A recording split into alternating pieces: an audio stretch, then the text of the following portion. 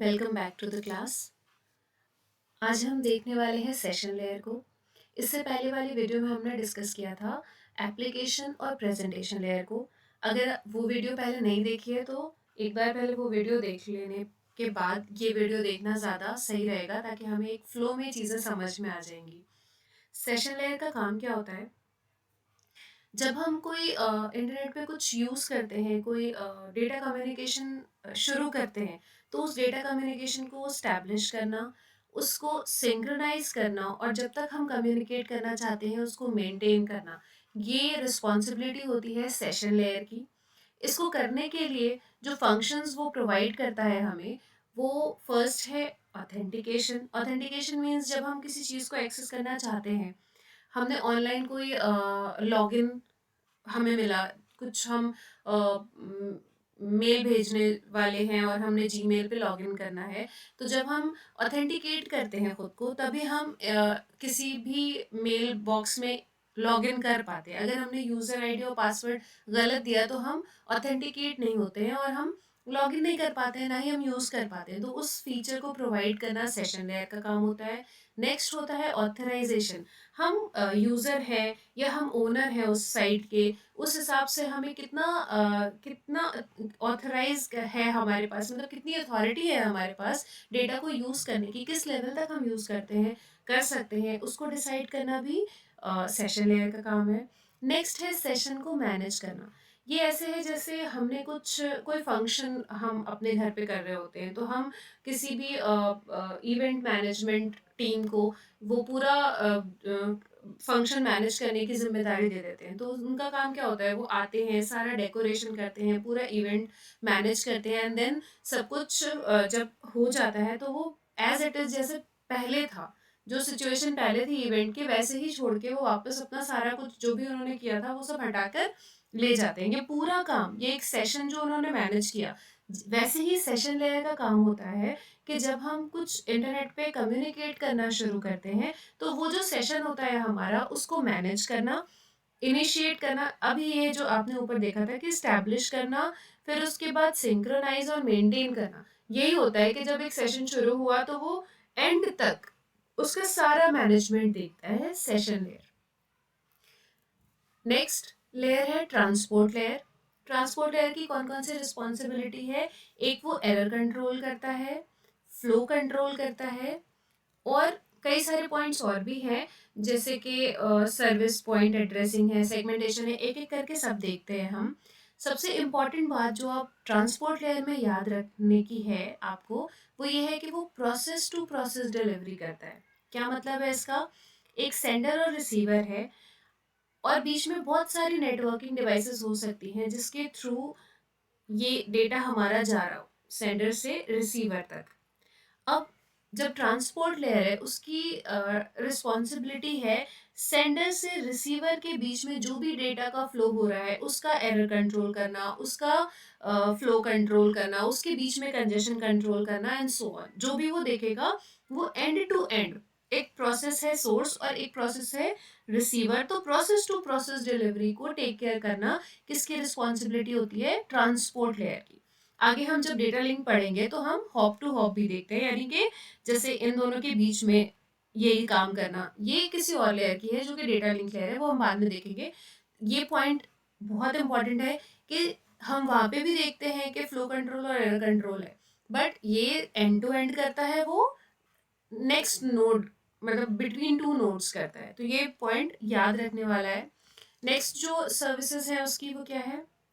Segmentation and reassembly. Segmentation means जब data हमारा जा रहा होता है, हम सेंड करते हैं नेटवर्क में, तो सेगमेंटेशन होता है सेगमेंट्स में डिवाइड करना, यानी छोटे छोटे पार्ट्स में डेटा को डिवाइड कर देना। जब हम डेटा को ब्रेक करते हैं, जैसे मान लो हमने कोई फायरफॉक्स पे, वेब ब्राउजर पे कुछ काम किया, हमने डेटा सेंड किया, वो जहाँ पहुँचना है वो बहुत बड़ा डेटा है, तो क्या करते हैं, उसको हम ब्रेक करके भी सेंड करते हैं। और ब्रेक किया तो हमने सेगमेंट्स में डेटा को डिवाइड कर दिया, और हर एक पे एक सीक्वेंस नंबर, हर डेटा यूनिट का एक सीक्वेंस नंबर है और एक पोर्ट नंबर है। तो वो सीक्वेंस नंबर से वापस से डेटा को, अगर हमने किसी डेटा को ब्रेक किया था 1 2 3 पार्ट में, उसके बाद हमने उसको नेटवर्क पे भेज दिया, अलग अलग जगह से डेटा पहुंचा, आगे पीछे पहुंचा, जैसे भी है, अगर इसके पास सीक्वेंस नंबर है तो अगर ये 132 पे भी पहुंचा है इस सीक्वेंस में, तो भी हम इसको सीक्वेंस नंबर से 1 2 3 पे अरेंज करके वापस से ओरिजिनल डेटा फॉर्म कर सकते हैं। तो सेगमेंटेशन कौन सी लेयर की रिस्पॉन्सिबिलिटी होती है? ट्रांसपोर्ट लेयर की। दूसरा पोर्ट नंबर होता है। पोर्ट नंबर भी सेगमेंट्स में दिया जाता है। क्यों? क्योंकि हर एक आप आगे जाके ये देखोगे कि हर एक एप्लीकेशन का अपना एक पोर्ट नंबर होता है।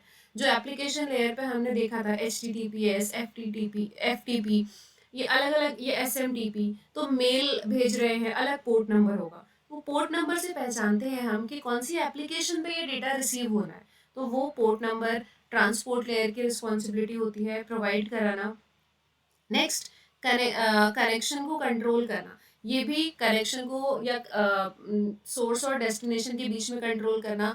इसके अलावा देखा था हमने अभी प्रीवियस स्लाइड पे, एरर और फ्लो कंट्रोल करना। मीन्स क्या मतलब है इसका? फ्लो कंट्रोल का मतलब, जब आप देखो कि एक सिस्टम है जिससे डेटा फ्लो कर रहे हैं और एक जो रिसीवर है हमारा यहाँ पे, वो एक मोबाइल फ़ोन है।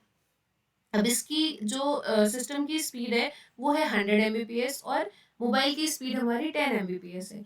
इन दोनों के बीच में जब डेटा का फ्लो होगा तो उस फ्लो को कंट्रोल में रखना, ताकि ऐसा नहीं हो कि जो ये 100 Mbps अपना फुल स्पीड में डेटा का फ्लो करने लगे और 10 Mbps उतना रिसीव नहीं कर पा रहा, तो डेटा या मैसेज लॉस्ट होता जा रहा है। तो ये ना हो, इसको कंट्रोल करना किसकी रिस्पॉन्सिबिलिटी होती है? ट्रांसपोर्ट लेयर की, जिसको हम कह रहे हैं फ्लो कंट्रोल। एरर कंट्रोल में क्या करते हैं हम कि जैसे सेगमेंट्स हैं अलग अलग डेटा यूनिट्स में, अभी लास्ट प्रीवियस स्लाइड पे देखा था हमने, डेटा यूनिट्स डिवाइड की थी। तो ये अलग अलग डेटा यूनिट्स हमने सेंड करी। उसमें कुछ टेक्निक्स हैं जो आप बाद में पढ़ोगे ट्रांसपोर्ट लेयर में। चेकसम हम यूज़ करते हैं एरर को फाइंड करने के लिए। तो जब हम रिसीवर एंड पे ये डेटा यूनिट्स रिसीव हुई, तो उनमें हमने ये चेकसम से चेक किया, और हमें अगर लगता है कि कोई भी एक डेटा यूनिट करप्ट हो गई है, तो एक ऑटोमेटिक रिपीट रिक्वेस्ट होता है, जिससे हम इस डेटा को दोबारा से सेंड करवा सकते हैं, सेंडर से दोबारा से मंगवा सकते हैं। तो वो ये सारी फंक्शनैलिटी देना भी रिस्पॉन्सिबिलिटी है ट्रांसपोर्ट लेयर की। इसके बाद आता है नेटवर्क लेयर। नेटवर्क लेयर की रिस्पॉन्सिबिलिटी है सोर्स टू डेस्टिनेशन डिलीवर करना पैकेट्स को। एक और इम्पॉर्टेंट पॉइंट है, जब हम ट्रांसपोर्ट लेयर पे थे, हम डेटा को क्या कह रहे थे? सेगमेंट्स, क्योंकि सेगमेंटेशन भी इसका पार्ट है। आप याद रख सकते हो ऐसे कि यहाँ पे हम डेटा को क्या कहते हैं? सेगमेंट्स। डेटा को हम सेगमेंट्स में डिवाइड करते हैं, सेगमेंट्स कहते हैं डेटा को। नेटवर्क लेयर पे हम डेटा को कहते हैं पैकेट्स। जब सेगमेंट हमारे पास पहुंचता है और उसमें हम आईपी एड्रेस, IP1, IP2 यानी सोर्स और डेस्टिनेशन का आईपी एड्रेस जब इनकैप्सुलेट कर देते हैं, तो ये पूरा जो डेटा है हमारा, ये कहलाता है पैकेट। तो रिस्पॉन्सिबिलिटी क्या है नेटवर्क लेयर की? सोर्स टू डेस्टिनेशन डिलीवर करना इसी पैकेट को। और ये जो मेन डिफरेंस है वो क्या है? ये different type of network, multiple network. एक नेटवर्क है, मान लो उसमें आपके डेटा जो कनेक्शन है वो स्टार रिंग टाइप का हो रखा है। यहाँ से हमने राउटर से दूसरा नेटवर्क कनेक्ट कर रखा है, इसमें बस कनेक्शन है। तो ये डिफरेंट टाइप के जो नेटवर्क्स हैं, इन अलग अलग तरह के नेटवर्क 1 और नेटवर्क 2 के आप बीच में कम्युनिकेशन पॉसिबल कराना किसकी रिस्पॉन्सिबिलिटी है? नेटवर्क लेयर की रिस्पॉन्सिबिलिटी होती है। ये क्या क्या फंक्शनैलिटी नेटवर्क लेयर प्रोवाइड कराता है हमें? फर्स्ट है लॉजिकल एड्रेसिंग, यानी सोर्स टू डेस्टिनेशन पैकेट को डिलीवर करना। कैसे करते हैं हम? Using IP address. अब आईपी एड्रेस हम सब जानते हैं कि हर एक सिस्टम का, हर एक नेटवर्क में जो भी नोड कनेक्टेड होती है, सबका अपना एक आईपी एड्रेस होता है। उस आईपी एड्रेस को हम डेटा में इनकैप्सुलेट कर देते हैं। और कौन करता है? ये नेटवर्क लेयर करता है। और इसी आईपी से वो जब यहाँ से डेटा चलता है, तो ये राउटर के पास आईपी एड्रेसेस की लिस्ट होती है।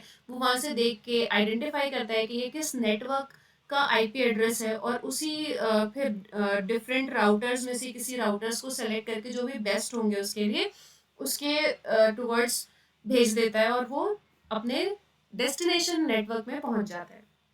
नेक्स्ट है राउटिंग। ये भी रिस्पॉन्सिबिलिटी है नेटवर्क लेयर की। राउटिंग मीन्स कौन सा रूट हमें डिसाइड करना है। डिफरेंट प्रोटोकॉल्स हैं जो हम बाद में पढ़ेंगे नेटवर्क लेयर में। पाथ डिटरमाइन करना, सेम के कौन से पाथ से होके जाएगा जो बेस्ट रूट है उसके लिए।